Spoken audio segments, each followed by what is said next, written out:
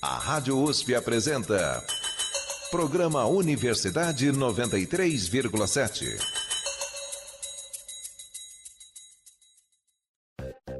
Seu voto a favor da legalização do do aborto. aborto Não é um direito e também é anti-humano. O básico é o direito à vida. Debate: Direitos reprodutivos no Brasil. Esse é o segundo episódio do especial sobre direitos reprodutivos e sexuais. A primeira parte você ouviu na semana passada. O arquivo do programa já está disponível no site usp.br/radiojornalismo. Este programa está dividido em 3 episódios, e nesse bloco, nossas convidadas abordam como a religião influencia a opinião pública sobre os direitos reprodutivos. Estamos aqui com Cristiane Cabral, professora da Faculdade de Saúde Pública da USP e pesquisadora de relações de gênero, família, contracepção, sexualidade e reprodução. Letícia Vela, advogado pelo coletivo feminista Sexualidade e Saúde, e Eva Blay, professora emérita da Faculdade de Filosofia, Letras e Ciências Sociais da USP e pesquisadora da mulher e das relações de gênero. Nos direitos reprodutivos e sexuais, um destaque na discussão é o papel da religião. Geralmente, parte dos representantes de religiões cristãs se opõem ao direito de escolha, como você ouve agora na reportagem de Valentina Moreira. Aborto e cristianismo são palavras que podem soar como água e óleo, como dois elementos que não se misturam. Circula a ideia que mulheres cristãs não abortam, ou se abortam, elas deixam de ser cristãs. Mas a gente sabe que o aborto está dentro das igrejas. Ele está nas mulheres cristãs que já abortaram, mas escondem as suas histórias e temem o julgamento dos seus irmãos de fé. Ele também está entre as mulheres que defendem que as suas irmãs não sejam presas por terem abortado. Entre essas mulheres, há inclusive as que apoiam a descriminalização do procedimento. Mônica de Castro é uma dessas cristãs. Ela ajudou a fundar em 2017 a Frente Evangélica pela Legalização do Aborto, a FEMPLA, e conta como é ser uma evangélica à frente da luta pela descriminalização. Se posicionar a favor do aborto dentro do meio cristão não é a coisa mais simples, né, que a gente tem que fazer na vida. Muitas pessoas são contrárias, muitas nem sabem por que são contrárias, né, uma certa repetição, e é um tema que na sociedade em geral ele já não é muito discutido, dentro da igreja menos ainda. Então, a gente poder falar do aborto dentro do meio evangélico, em especial a gente parte da defesa do Estado laico, né, porque não importa muito se a sua crença fale sobre o aborto, fale sobre qualquer outro tema. O que importa é que a gente tenha políticas públicas para cuidar de pessoas, né? E não pode ser a sua crença que vai definir qual política pública deve ser seguida. A ideia da FEMPLA é justamente mostrar que o meio evangélico tem diversas narrativas em relação ao aborto, e que não necessariamente todas elas convergem para a condenação feminina. Na verdade, a pesquisadora Clara Vardi contou que grande parte das mulheres cristãs não acredita que quem pratica o aborto voluntário deve ser preso. Ela comenta a pesquisa de opinião feita pelo Centro Feminista de Estudos e Assessoria. A maioria das pessoas evangélicas católicas são contrárias à prisão de mulheres por aborto. Esse resultado, na verdade, contrapõe essa ideia de que pessoas cristãs seriam contrárias ao aborto, né? Esse dado revela essa multiplicidade de opiniões em relação ao aborto, independente da religiosidade. Então, esse dado é bem importante para a gente questionar essa suposta relação direta também entre religiosidade, entre cristianismo e uma oposição ao aborto legal. Defender ou não o procedimento não é o que está necessariamente em jogo na pergunta se as mulheres que abortam devem ou não devem ser presas. A questão é o que deve acontecer com elas ou como a sociedade, incluindo nisso a igreja, deve lidar com essa questão. Camila Heller também é cristã e atende mulheres que já passaram pelo procedimento. Como enfermeira obstetra, eu já tive muitas pacientes que abortaram, seja um aborto provocado, seja um aborto espontâneo, né? E eu acho que o papel de uma mulher cristã nesse momento é de acolher essa mulher. Essa mulher está num momento vulnerável, ela está num momento de desespero, ela está num momento de precisar de atendimento médico, de atendimento de saúde. Então, é isso que eu vou prestar. Camila é contra a legalização do procedimento. mas isso não tira dela o cuidado com as suas pacientes, ou o entendimento que a mulher não deve ser a única responsável por lidar com a situação de gravidez indesejada. A nossa ação enquanto igreja, enquanto cristão, não pode ser limitada apenas a ser a favor da criminalização do aborto.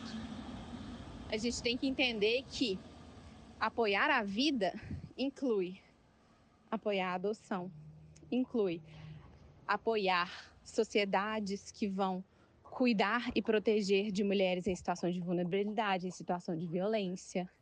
Uma pesquisa Datafolha de 2022 mostrou que os brasileiros autodeclarados cristãos correspondem a 76% da população. Dessa porcentagem, 51 se declararam católicos e 26 evangélicos. Apesar do Brasil ser um país considerado laico desde a promulgação da Constituição de 1988, a influência da religião nas tomadas de decisão e na condução dos rumos sociais do país é inegável. Ao mesmo tempo, enxergar os cristãos como um grupo uniforme pode dificultar caminhos possíveis para a legalização do aborto, porque dentro dessas comunidades religiosas existem diversas perspectivas e posicionamentos em relação a esse tema. Realmente, as mulheres e as pessoas evangélicas, elas são realmente vítimas de muitos estereótipos, né? Então, eu já escutei de muita coisa, de burra, massa de manobra, gado, gente que não pensa, gente que só diz sim, sim pro pastor e tudo mais. E quando a gente vai olhar para o meio evangélico com mais profundidade, né? Realmente interessado em saber quem são essas pessoas, a gente vê primeiro que tem muitas igrejas, tem muitas crenças dentro do próprio meio evangélico, e que mesmo dentro das igrejas que são mais conservadoras, há pessoas ali fazendo uma certa resistência, se colocando de uma forma mais progressista diante da vida, né? O roteiro, a produção e a edição dessa reportagem foram feitas por mim, Valentina Moreira. Como ouvimos, a repórter traz relatos de pessoas cristãs que apoiam ou não a descriminalização do aborto e, sobretudo, entendem a necessidade da mulher não ser punida pela gravidez indesejada. Há caminhos para discutir a descriminalização dentro dos ambientes religiosos? Letícia quer começar? Depois Cristiane e Eva. Há diversos caminhos para a gente pensar a descriminalização do aborto nos meios religiosos. Mas o primeiro caminho é a gente disputar as contranarrativas. Então, será que a narrativa cristã hegemônica é aquela que traduz a realidade de mulheres evangélicas e de mulheres católicas?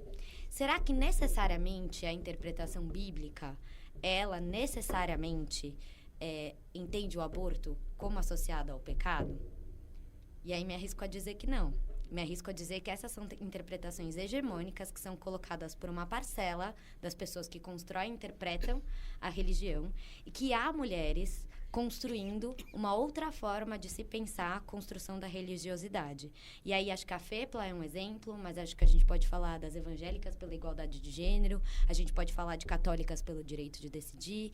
Então eu acho que o primeiro passo para a gente começar a olhar para essa questão de disputa, né, e de possibilidade de diálogo entre aborto e religião é a gente construir essa disputa narrativa. A gente construir uma contranarrativa na leitura do que a religião vem hegemonicamente interpretando sobre essa relação entre mulheres e aborto. E acho que uma outra questão é a gente desmistificar, e aí justamente acho que teve uma fala final que me pegou bastante, acho que foi Camila que falou, que em geral associam-se mulheres evangélicas a mulheres que seguem determinada doutrina, que não pensam, só reproduzem aquilo que o pastor em alguma medida diz dentro das igrejas. E acho que o primeiro passo é a gente também desconstruir, enquanto pessoas que lutam pela descriminalização e legalização do aborto, esse ideal. Em realidade, essas são mulheres, sim, que têm sua própria autonomia, sim, que passam por experiências de aborto, sim, que passam por experiências de gravidezes não planejadas ou indesejadas, enfim, por diversas situações que passam pela vida reprodutiva de todas nós mulheres. A pesquisa da Débora Diniz diz, né, que 1 em cada 7 mulheres abortou até os 45 anos, já passou por uma experiência de aborto e que a maioria delas professa algum tipo de fé. Então, a gente está falando da realidade dessas mulheres quando a gente fala sobre acesso ao aborto. Agora, o caminho é pensar de que maneira que a gente desconstrói o que a narrativa hegemônica religiosa está colocando sobre essa questão. E como que a gente cria espaços de acolhimento para que essas mulheres possam discutir em segurança esse tema. Porque, sim, elas passaram por algum tipo de aborto, diversas delas. Só que elas têm espaço de escuta, elas têm espaço de acolhimento, elas têm espaço de acesso à informação, Elas têm espaço para dialogar sobre contracepção, acesso à contracepção, sobre planejamento reprodutivo? Então, eu acho que os caminhos para a desconstrução passam um pouco por isso, em reinterpretar aquilo que está sendo hegemonicamente colocado e em sentar com as mulheres, ouvi-las e acolhê-las. Porque eu acho que dentro desses espaços a gente consegue construir novas narrativas sobre o que seria o aborto na vida de todas nós. Acho que é isso. E você, Cristiane, como analisa o cenário? Então, tem essa dimensão do plano, digamos assim, pessoal, né? Que é isso, as mulheres que precisam fazer uma interrupção, elas professam alguma religião. A questão não é essa, né? A questão, na verdade, eu acho que é a dimensão do cavalo de batalha que se faz no plano público e político, a questão do aborto, né? Então, essa é uma pauta capturada realmente por diversos representantes conservadores, diversos representantes que chegaram, né, aos poderes executivo, legislativo e judiciário, né, e que transformaram a questão do aborto realmente numa pauta, numa batalha política, sobretudo, né, por disputas de votos, né, por disputas de uma certa moralidade que eu tenho certeza que, se você for pensar sobre essas pessoas no seu plano pessoal, das suas famílias, gente, ali há muitas histórias de interrupção de gravidez, sabe? Então, é isso que a gente fala, assim, de uma certa...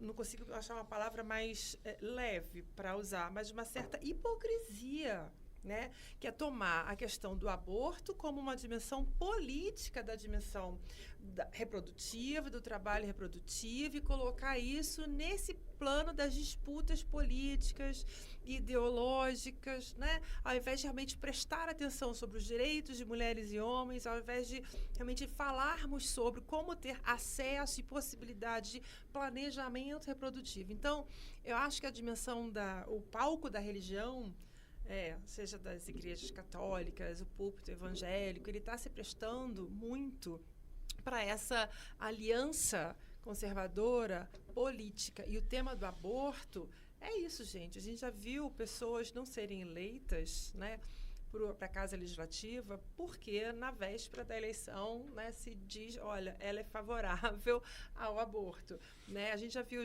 pessoas, né, perder outras eleições porque achou, né, assim, essa história, ela está bem documentada, né? Então, isso vira essa moeda, né, para a disputa eleitoral. E o palanque da religião, né,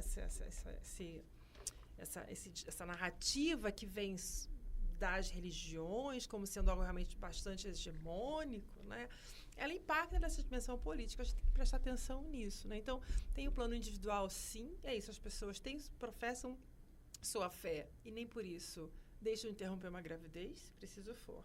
Agora, o uso político que se faz disso, que as religiões representantes estão fazendo isso, é muito grave, é muito sério. E a gente está numa batalha imensa, por exemplo, hoje, em relação ao aborto legal no país, né? Em função dos 1001 entraves colocados, de novo, no plano executivo, legislativo e judiciário. E por, sobretudo, representantes que se dizem representantes de alguma religião, né? Então, é bem sério isso.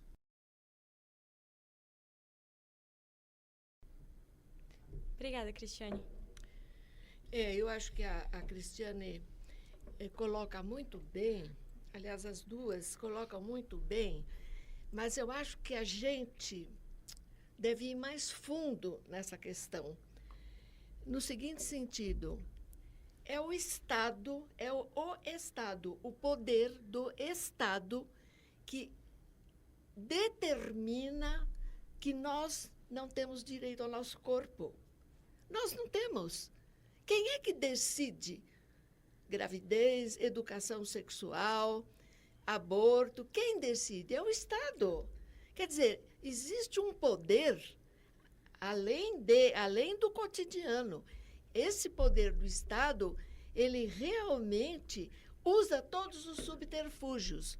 Por exemplo, essa proposta que veio agora do Conselho Federal de Saúde, impondo que os médicos não podem fazer aborto, se passou de 20 semanas, etc.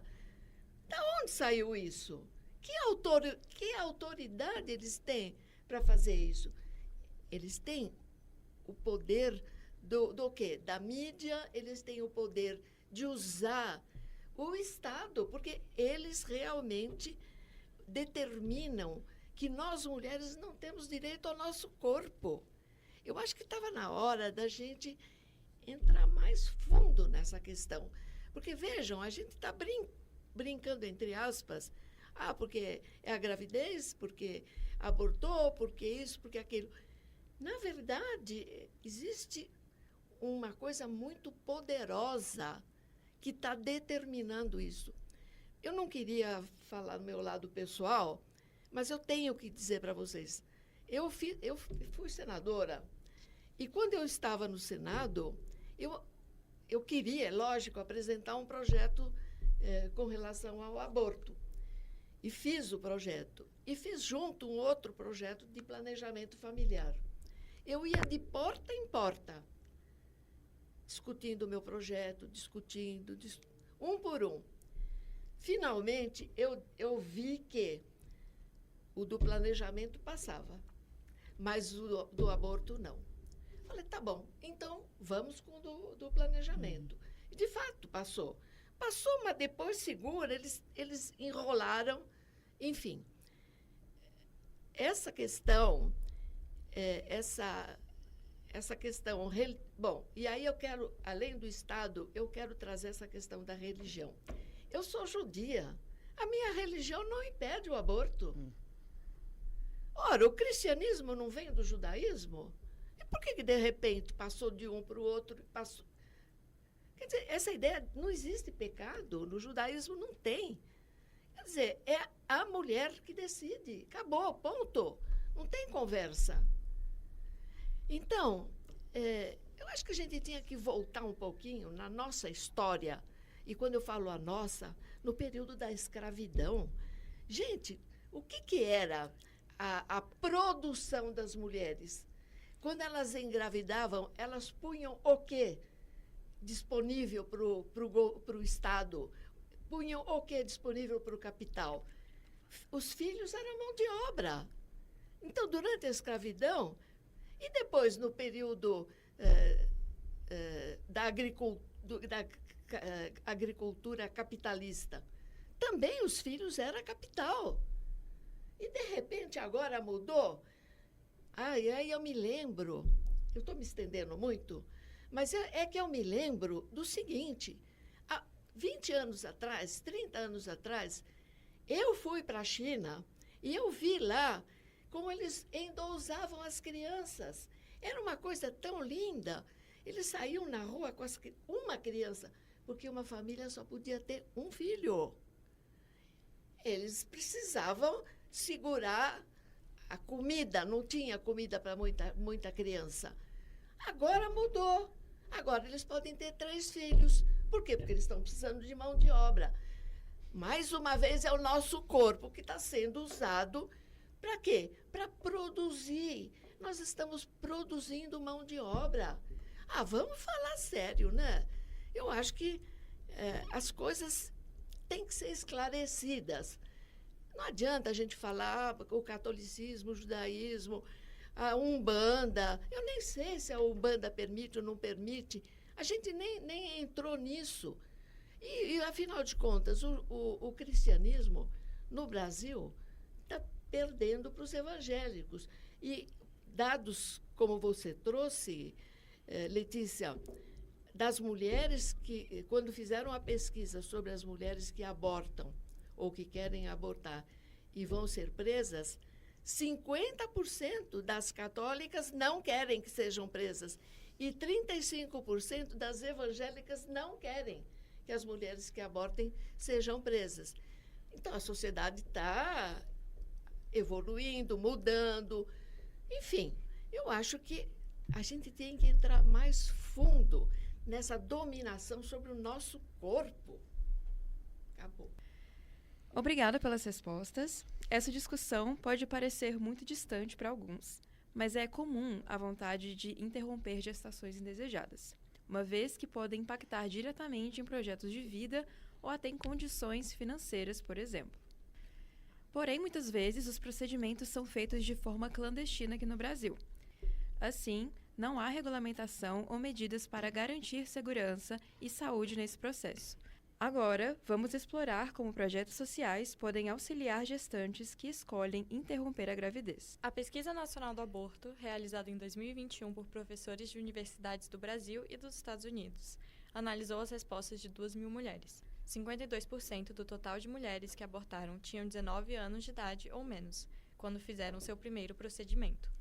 Os repórteres Gabriele Koga e João Dallara conversaram com Rebeca Mendes, fundadora do Projeto Vivas, para entender como a sua ONG auxilia gestantes que escolhem interromper a gravidez. Essa organização não governamental e sem fins lucrativos visa levar gestantes ao acesso a serviços de aborto legal e seguro aqui no Brasil, pelo SUS ou no exterior, em casos não permitidos pela lei brasileira.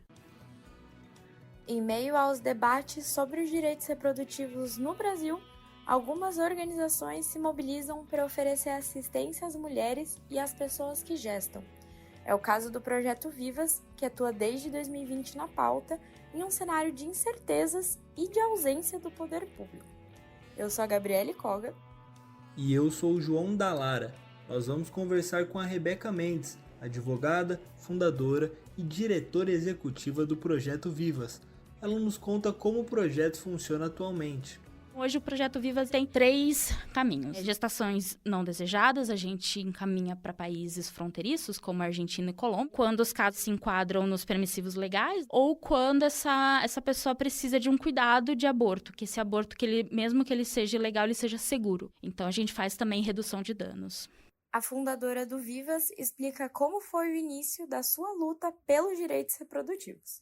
Eu vou para a Colômbia e eu tenho acesso a um aborto legal lá. Essa situação me deixa muito inquieta, porque eu não tinha nada de especial. Eu era uma mulher, fazia faculdade, mãe solo de 2 filhos e, assim, a única diferença que eu tive em toda a minha história é que eu tive um contato de um telefone. Rebeca relata que contou com a ajuda da professora Débora Diniz para acionar o STF por meio de uma DPF, uma arguição de descumprimento de preceito fundamental, mas teve direito ao aborto negado em 2017. A DPF foi uma proposta do PSOL que pedia a descriminalização do aborto até a 12ª semana de gestação. Quando eu volto pro Brasil, minha história acaba virando referência para outras mulheres que passavam por aquilo que eu tinha passado. E o Projeto Vivas, ele veio surgindo desse momento de inquietação, né? Como essas mulheres me procuravam, muitas delas falavam assim, que clínica você foi? Você pode passar contato, referência? E eu sempre fiz isso. E aí chegou um momento que eu falei assim, olha, eu acho que não tem como mais eu, pessoa física, lidar com isso. Mas acho que seria muito bacana, levei a ideia para outras organizações, para tentar fundos, para a gente conseguir um recurso para viabilizar. Segundo a advogada, há um perfil de pessoas que buscam o projeto após gravidezes indesejadas. As mulheres que chegam pra gente são mulheres brancas, são mulheres com uma alta escolaridade, elas têm uma graduação ou são pós-graduadas, elas têm uma vida financeira confortável. Na América do Sul, o aborto é permitido em 5 países: Colômbia, Argentina, Guiana Francesa e Uruguai. E o Projeto Vivas tem clínicas parceiras nos 2 primeiros. Na Argentina, nós contamos com 5 serviços, 5 clínicas parceiras. Então, elas vão se dividir ali por localidade, né, onde elas estão situadas, por limites técnicos gestacionais. E para a Colômbia, a gente encaminha as mulheres que geralmente estão no norte e nordeste ou que têm um tempo gestacional de 2º trimestre também. Entramos em contato com esse serviço, passamos a informação e, dali, o próprio serviço entra em contato com a mulher e organiza tudo. No Brasil, o aborto só é legalizado em 3 situações. Se a gravidez é decorrente de estupro, se a gravidez representa risco de vida à mulher ou quando não há formação do cérebro do feto. Atualmente, somente 2 hospitais, que ficam em Uberlândia e em Recife, não consideram tempo gestacional para a realização do procedimento. Rebeca vê isso como perigoso. Um país do tamanho do Brasil, você colocar um limite de tempo gestacional é você querer colocar essas meninas, principalmente as meninas, porque são cerca de 20 mil meninas que parem todos os anos menores de 14 anos. São todas meninas violentadas que têm os filhos dos seus estupradores. Então, quando você coloca um limite, você vai dificultar ainda mais o acesso. Para elas é negada a informação. Não que todas quereriam abortar, mas a gente sabe que nem a opção da informação é lhes dada. Então a gente sabe que as que mais sofrem, as que mais são torturadas pelo Estado com esses tipos de restrições são as meninas, as mulheres negras, as periféricas, as indígenas, todas aquelas que sempre as que mais sofreram na mão do Estado. Hoje, 6 mulheres atuam no Vivas, mas talvez a equipe precise crescer por conta do sucesso do projeto. Somos 4 no atendimento, uma na comunicação e temos uma psicóloga. Hoje eu sei que o que a gente tem do Projeto Vivas já não comporta mais o tanto de pessoas que trabalham e o tanto de pessoas que chegam. Só o ano passado foram... Posso pegar o número direitinho, mas foram algo assim, em torno de pessoas que acessaram o serviço de aborto legal. Lá fora foram, assim, 253 e aqui dentro foram 247. Então, assim, mais de 500 pessoas que chegaram realmente aos serviços. Fora as que chegam e que a gente faz a redução de danos, né? Que é isso. Muitas chegam já com medicamento, elas só precisam de... E aí não sei por onde elas adquiriram a medicação, mas o que elas precisam apenas de informação. Muitas mulheres também chegam com dúvidas e é normal chegar com dúvidas e desistir. E é isso, a gente tá aqui exatamente para que ela tenha essa opção de escolha, que ela possa escolher o que ela quer, qual caminho ela quer seguir. Pensando no futuro, Rebeca projeta os próximos passos do Vivas. Um dos nossos objetivos também é falar sobre aborto, né? Porque precisa ter uma descriminalização legal, mas também a descriminalização social é muito importante do aborto. Então a gente precisa tratar ele como se fosse um cuidado médico. Eu sou o João da Lara. E eu sou a Gabriele Koga. Voltamos com vocês, Rádio USP. Encerramos aqui o segundo episódio do especial. No próximo episódio, nossas convidadas debatem sobre os grupos que prestam apoio a pessoas que buscam interromper a gestação. As convidadas são Cristiane Cabral, professora da Faculdade de Saúde Pública da USP, Letícia Vela, do coletivo feminista Sexualidade e Saúde, e Eva Blay, professora emérita da Faculdade de Filosofia, Letras e Ciências Humanas da USP.